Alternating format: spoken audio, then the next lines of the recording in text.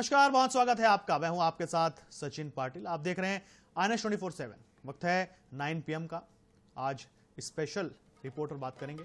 छत्तीसगढ़ में नक्सल मोर्चे पर लगातार सफलता हासिल कर रहे पुलिस अफसरों से केंद्रीय गृह मंत्री अमित शाह ने दिल्ली में मुलाकात की। केंद्रीय गृह मंत्री ने छत्तीसगढ़ के DGP Arun Dev Gautam, ADJ anti Naxal operation Vivekanand Sinha, Bastar IG P Sundarraj, SP Bastar Shalabh Sinha, Bijapur SP Jitendra Yadav और नारायणपुर SP प्रभात मलिक का सम्मान भी किया। केंद्रीय गृह मंत्री ने सभी को शॉल और बुके से सम्मानित कर छत्तीसगढ़ आकर सुरक्षा बलों से मुलाकात करने की इच्छा भी जाहिर की। इन्हीं अधिकारियों की प्लानिंग के वजह से ही लगातार फोर्स को बस्तर के अंदरूनी इलाके में मुठभेड़ में कामयाबी मिल रही है। इस दौरान मुख्यमंत्री विष्णुदेव साय और गृह मंत्री विजय शर्मा भी मौजूद रहे। देखिए खास रिपोर्ट। छत्तीसगढ़ में अब तक 1.5 सालों में 1428 माओवादियों ने सरेंडर किया। वहीं 425 से अधिक नक्सलियों को मार गिराया गया है। जवानों को मिली कामयाबी, राज्य सरकार की नई रणनीति और केंद्र के सहयोग से नक्सल उन्मूलन अभियान को निर्णायक मोड़ पर पहुंचाया गया है। 1.5 साल में चलाए गए अभियानों के सकारात्मक परिणाम मिले हैं। 1428 माओवादियों ने आत्मसमर्पण किया है, जो पिछले 5 साल की तुलना में अधिक है। 205 मुठभेड़ में 427 माओवादी मारे गए, जिनमें नक्सल संगठन के महासचिव बसवराजू और सेंट्रल कमेटी सदस्य सुधाकर और भास्कर जैसे कुख्यात माओवादी शामिल हैं। इसके साथ ही राज्य में 64 नए फॉरवर्ड सुरक्षा कैंपों की स्थापना की गई है, जिससे सुरक्षा नेटवर्क मजबूत हुआ है। अब सरकार का दावा है कि 2026 तक नक्सलवाद का खात्मा कर दिया जाएगा।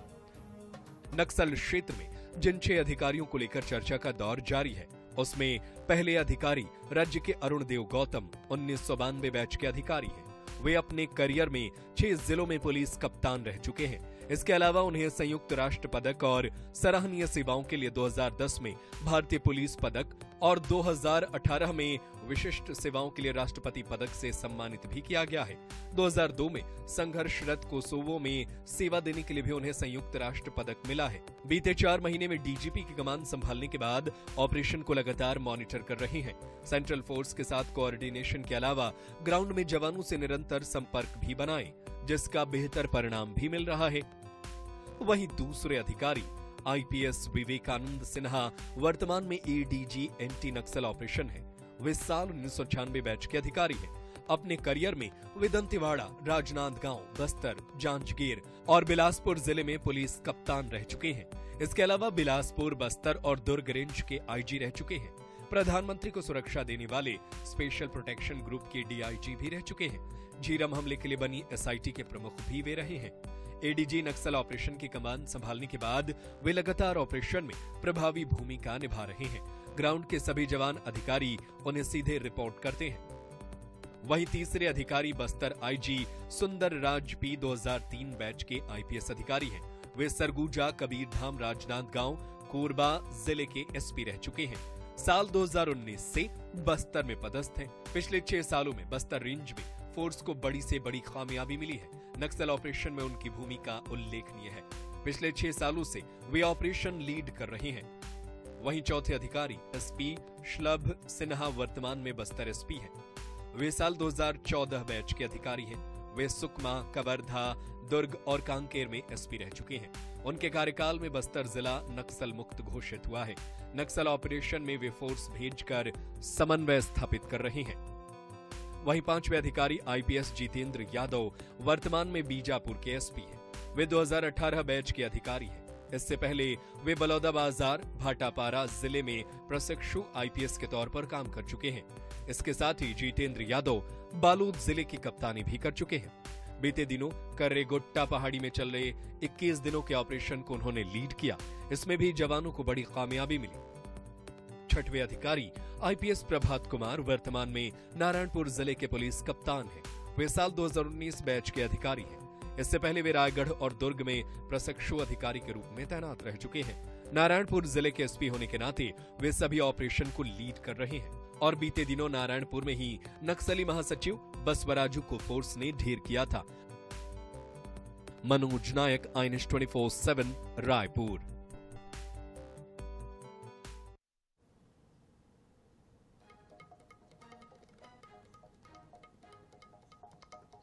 तो डीजीपी समेत 6 आईपीएस अधिकारियों का सम्मान किया। किसने? खुद केंद्रीय गृह मंत्री अमित शाह ने। इस मौके पर गृह मंत्री विजय शर्मा और सूबे के मुख्यमंत्री विष्णुदेव साय भी मौजूद रहे। तस्वीरों में आप देख सकते हैं ये सुंदरराज पी है। तो और इसी पर हमारे साथ लाइव जुड़ गए हैं मनोज नायक, संवाददाता, उनसे बात करेंगे। मनोज, 6 आईपीएस अधिकारियों को खुद केंद्रीय गृह मंत्री अमित शाह ने उनकी पीठ थपथपाई। क्यों थपथपाई? क्योंकि छत्तीसगढ़ में जिस तरीके से नक्सल मोर्चे पर जवानों को लगातार सफलता मिल रही है, आंकड़े जो है सरेंडर करने वाले नक्सलियों के लगातार बढ़ रहे हैं, मारे जा रहे हैं नक्सली, उनके भी आंकड़े लगातार बढ़ रहे हैं। और क्यों ये सब हो रहा है? ये जो 6 आईपीएस अधिकारी हैं जो ऊपर से सब कुछ मॉनिटर कर रहे हैं, पूरी की पूरी जो मशीनरी को ये चला रहे हैं और बिल्कुल एकदम एग्जैक्ट जो हमें चाहिए, जो केंद्रीय गृह मंत्री अमित शाह को चाहिए, जो मुख्यमंत्री विष्णुदेव साय को चाहिए और जो भारतीयों को चाहिए कि वाकई 2026 तक नक्सलवाद खत्म हो जाना चाहिए, ये इन्हीं अधिकारियों की वजह से ये सब कुछ हो पा रहा है। जी, आपको बताना चाहूंगा कि लगातार जो है केंद्र की ओर से जो है प्रधानमंत्री नरेंद्र मोदी के अलावा केंद्रीय गृह मंत्री भी लगातार केंद्रीय गृह मंत्री अमित शाह भी जो है लगातार नक्सल मोर्चों पर जो लड़ाई चल रही है उसकी मॉनिटरिंग कर रहे हैं, क्योंकि केंद्रीय गृह मंत्री लगातार छत्तीसगढ़ दौरे पर आ रहे हैं और वे लगातार दिशा निर्देश भी दे रहे हैं कि किस प्रकार से जो है फोर्स को मुकाबला करना है। बीते 1.5 साल की बात करें तो लगातार जो है सुरक्षा बल जो है नक्सलियों पर हावी होते नजर आ रहे हैं। लगातार जो है जितने ऑपरेशन हुए सब ऑपरेशन में जो है सुरक्षा बलों को बड़ी सफलता मिली है और इसी को लेकर जो है समय समय पर केंद्रीय गृह मंत्री अमित शाह भी छत्तीसगढ़ दौरे पर आते हैं और जो भी बैठक दिल्ली में होती है उसके लिए मुख्यमंत्री विष्णुदेव साय के साथ राज्य के जो गृह मंत्री है विजय शर्मा, वे भी दिल्ली जाते हैं। वहां बैठकें होती है, वहां पर रणनीति तय की जाती है और 2 दिन पहले भी जो है दिल्ली में एक बड़ी बैठक जो है केंद्रीय गृह मंत्री अमित शाह के साथ हुई, जिसमें जो है मुख्यमंत्री विष्णुदेव साय के साथ जो है विजय शर्मा भी गए हुए थे। केंद्रीय गृह मंत्री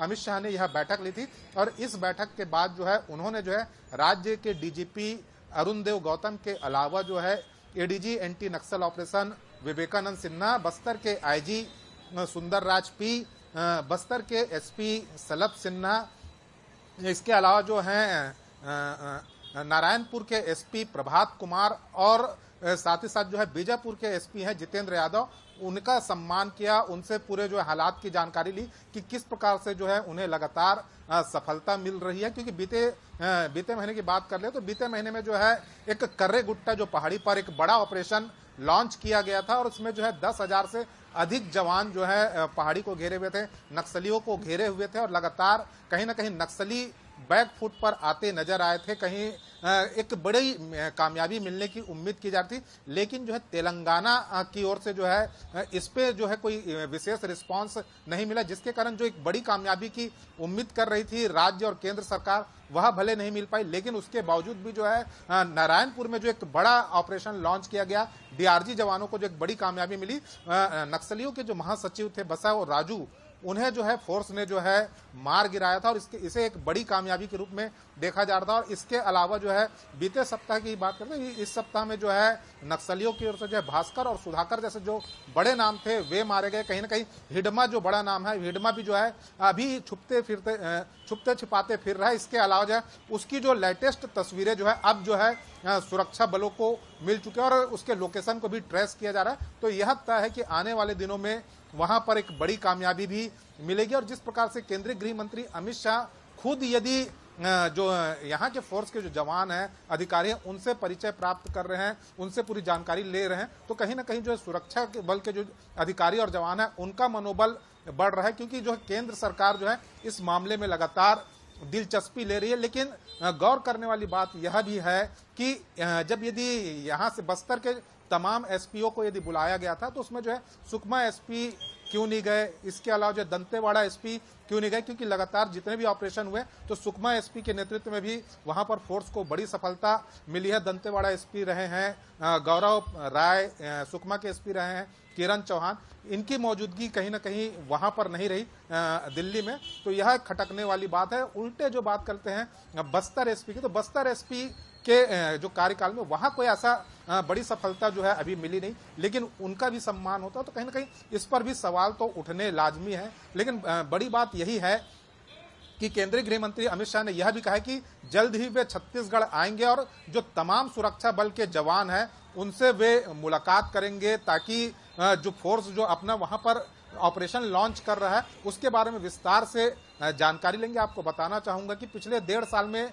भाजपा की सरकार बनने के बाद लगातार जितने भी ऑपरेशन हुए उसमें जो है राज्य के जो डीआरजी हैं, डीएफ हैं, इसके अलावा बीएसएफ जो केंद्रीय सुरक्षा बल हैं उसमें बीएसएफ है, सीआरपीएफ है, आईटीबीपी है, ये इन तमाम जो बलों के जो है कोऑर्डिनेशन देखने को मिला। इससे पहले जो है ऐसा कोऑर्डिनेशन देखने को नहीं मिलता था। इसके अलावा जो है सीमावर्ती राज्यों की भी बात करें तो सीमावर्ती राज्यों में सिर्फ तेलंगाना को छोड़कर जो है तमाम राज्यों ने भी कहीं ना कहीं छत्तीसगढ़ के साथ जो कोऑर्डिनेशन दिखाया उससे जो है नक्सली बैकफुट पर नजर आ रहे हैं और लगातार जो उन्हें बड़ा नुकसान हुआ है। 1.5 साल में जो है 450 से अधिक नक्सली मारे गए, जिसमें जो है बड़े कैडर के भी नक्सली शामिल हैं। इसके अलावा जो है 1400 से 1500 नक्सलियों ने आत्मसमर्पण किया, लगभग इतनी की ही गिरफ्तारी की। तो कहीं ना कहीं जो है नक्सलियों की कमर टूटी हुई है, क्योंकि उन्होंने छत्तीसगढ़ को अपना बेस कैंप बनाया हुआ था और यहां से यदि नक्सलियों की जमीन खसकती है तो कहीं ना कहीं एक बड़ा झटका जो है नक्सलियों को हो सकता है। और अभी जो है सुरक्षा बलों के जो निशाने पर हैं, जो उनका मेन कमांडर हिडमा की बात की जा रही है, देवा की बात की जा रही है, तो ये तमाम जो कमांडर हैं उन्हें भी घेरने की तैयारी में फोर्स है और आने वाले दिनों में हो सकता है कि एक बड़ा ऑपरेशन जो है फिर से लॉन्च हो। इसके अलावा बताना चाहूंगा कि आपको बस्तर आईजी सुंदरराज की बारे में बताना चाहूंगा कि वे लगातार 6 साल से बस्तर में पदस्थ हैं और क्योंकि काफी उन्हें अनुभव रहा है, इससे पहले जो है वे एसआईबी में भी रह चुके हैं, तो नक्सल मूवमेंट को लेकर वे तमाम जानकारियां रखते थे। बीते 10 साल से वे लगातार जो है नक्सल मोर्चे पर ही काम कर रहे हैं, तो इसका एक बड़ी सफलता जो है वहां फोर्स को भी मिल रही है। तो ये तमाम जो बातें हैं, इससे पहले जो है केंद्र ने उन्हें प्रतिनियुक्ति पर भी बुलाया था, लेकिन लगातार नक्सली मूवमेंट पर मिल रही सफलता के बाद उन्हें जो प्रतिनियुक्ति पर बुलाया गया था, डेपुटेशन पर बुलाया गया था, उसे केंद्र ने वापस ले लिया और उनकी सेवाएं वापस बस्तर में ही यथावत रखी गई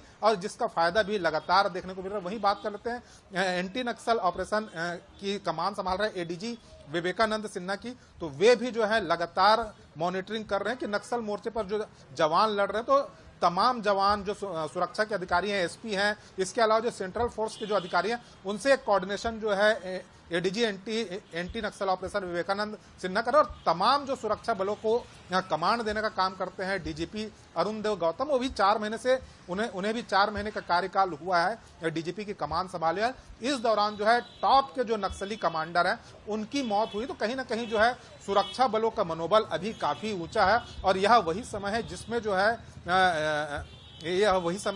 है नक्सलियों को छत्तीसगढ़ से खदेड़ा जा सकता है।